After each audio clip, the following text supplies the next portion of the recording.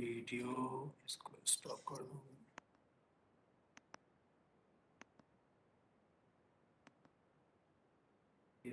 ہاں بیٹھو اچھا ہے. چائے آپ لوگ پیے گا؟ دودھ بھی ہوگا.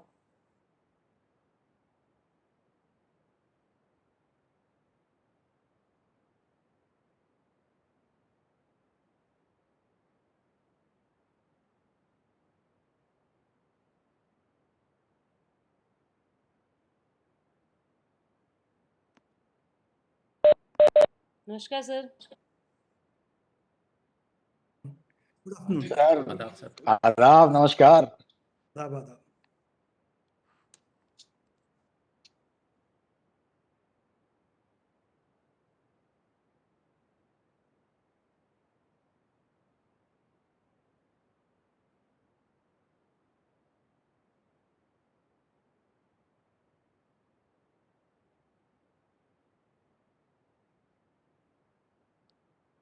دیپا آپ جلدی جوائن کرنے کے لیے.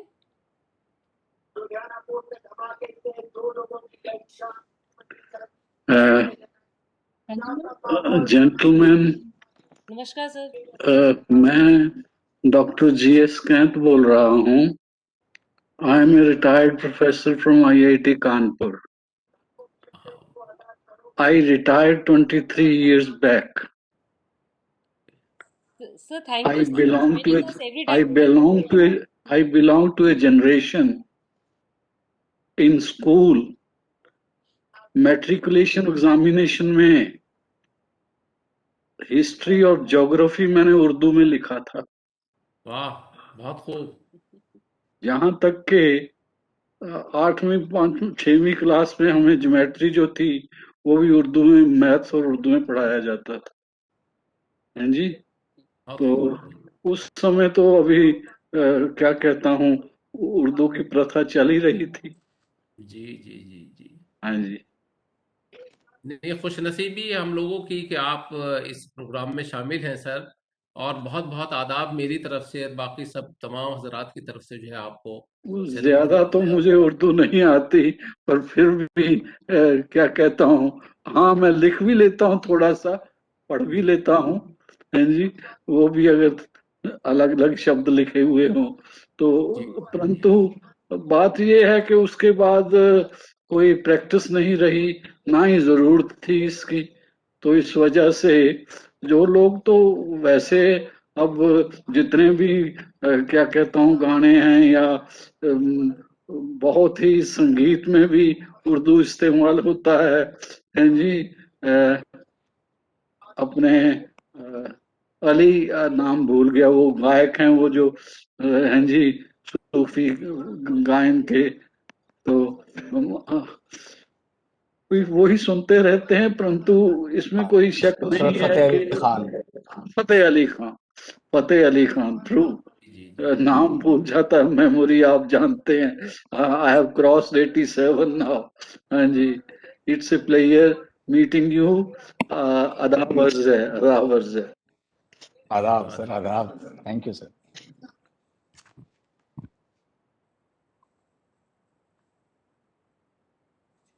سر ایک میٹنگ میں بعد میں بات کریں گے.